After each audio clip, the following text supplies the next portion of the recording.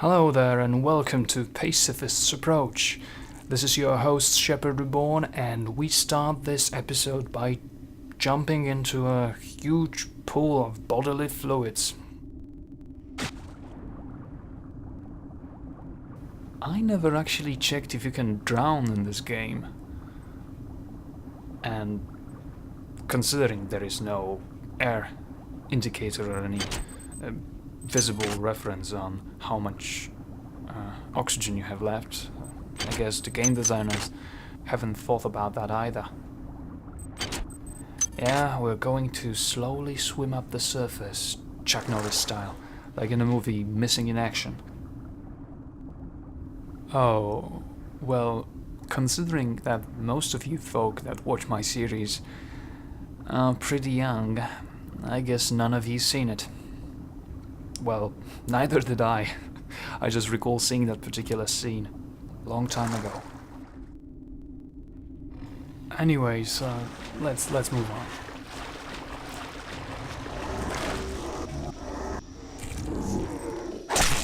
Yeah, pretty nasty bunch. A Rumbler and a Psi-Reaver.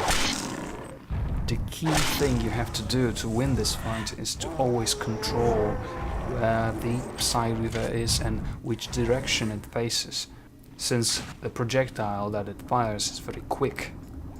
It is entirely feasible to kill the Rumbler just indirectly using the Psi-Reaver, but at this point in the series I guess you've seen it all, so I've used Crystal to help him on his way.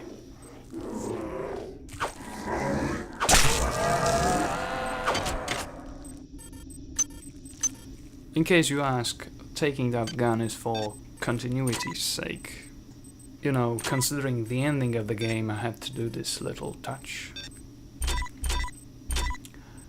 I was not sure if the Reaver is gonna reappear or not. That's the reason for such haste on my side.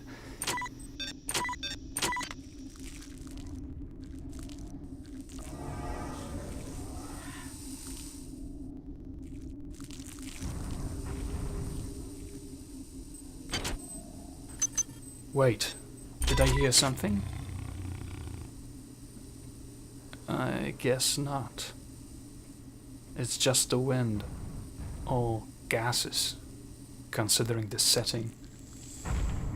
Oh, I'm not even gonna mention how many times I did this but dying miserably. And here we are in the chamber of the many, or rather in the chamber of the brain of the many. And the first thing here is the first swing. We have to kill all those spine brain thingies that summon the psionic form of the Psi-Reavers. So some people call me patient after seeing the first 30 or so episodes of Pacifist's Approach, and well, I'm not that patient when it comes to fighting a bunch of Rumblers and a couple of Psi-Reavers while chasing some stars that circle the fucking brain. At first, I thought I can dispose of all the creatures in this chamber, and while being undisturbed, I can deliver a final speech to the many's brain before I lobotomize it. But no. To my anguish, I discovered that the Rumbler is gonna respawn no matter what you do.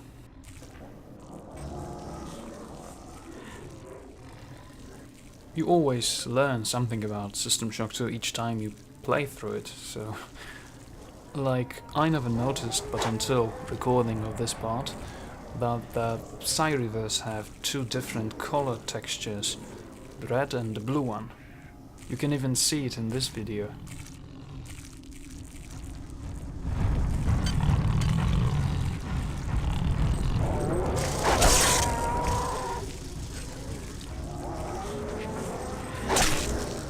So first, a bit of recap.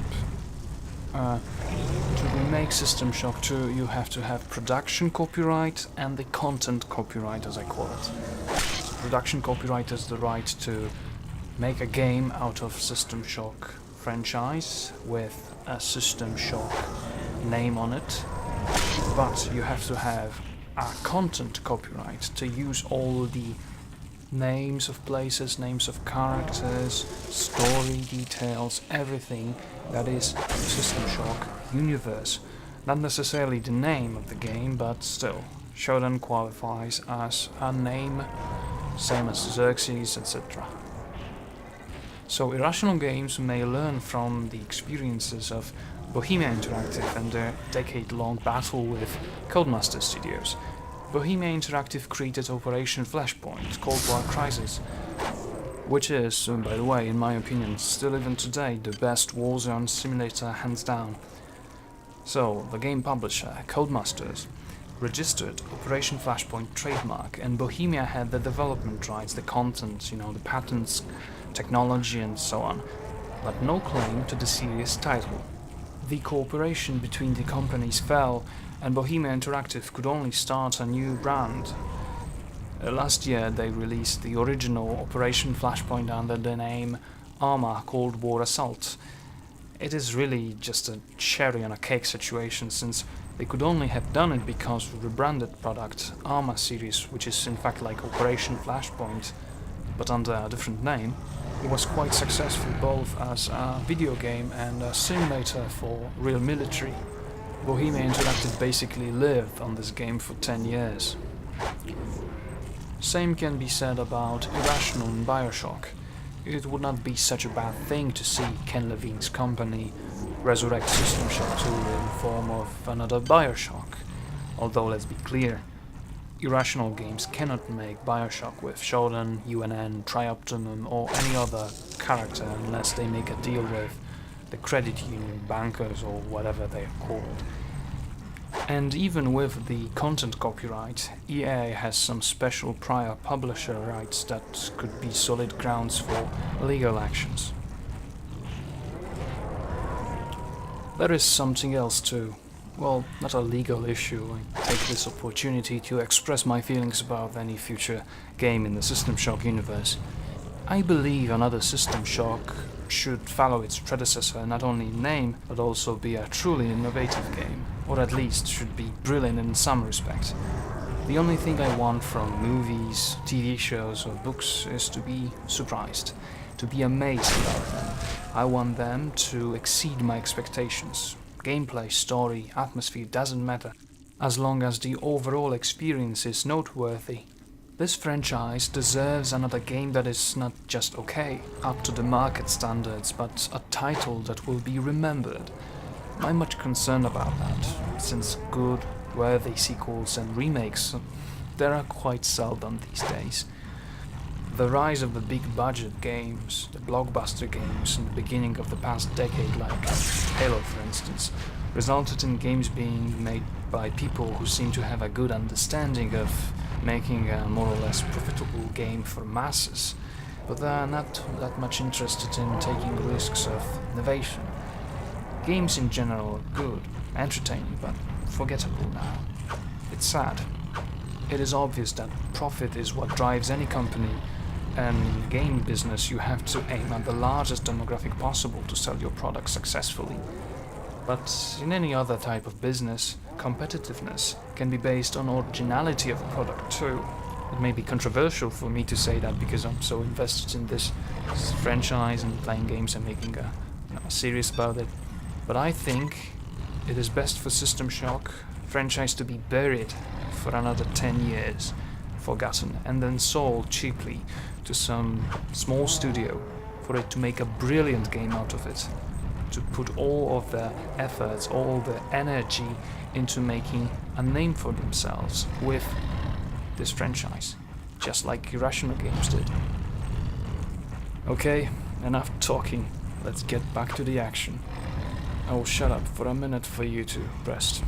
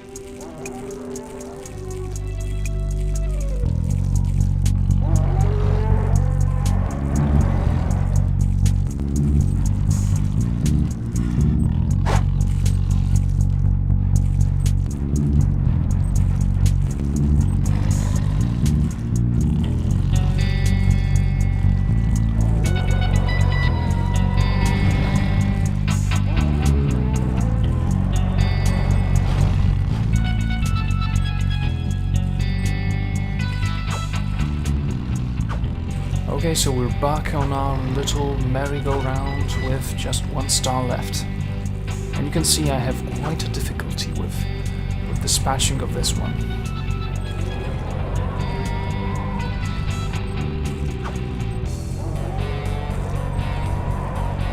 Just barely missed it. Damn.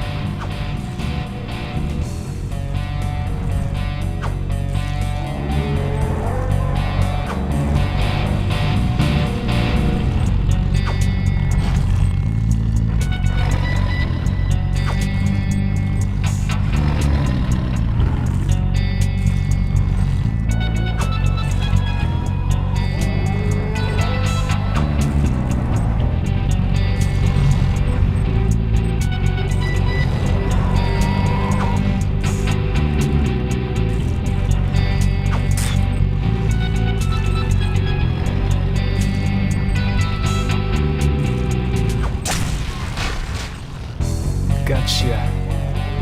And now, let's move to the final stage of this little operation. The patient seems to be quite ready. So by slashing at the grey area, you won't get any effect. You need to hit the rotating mass instead. I found myself trying a few swings, but you can see with no effect.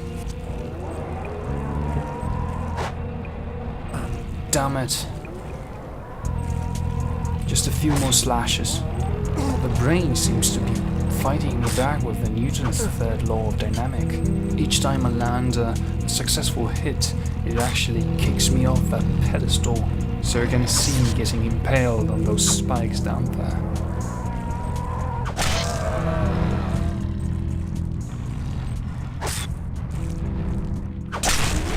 And here it is, the moment all of you have been waiting for. Do you know what you have brought? Yeah.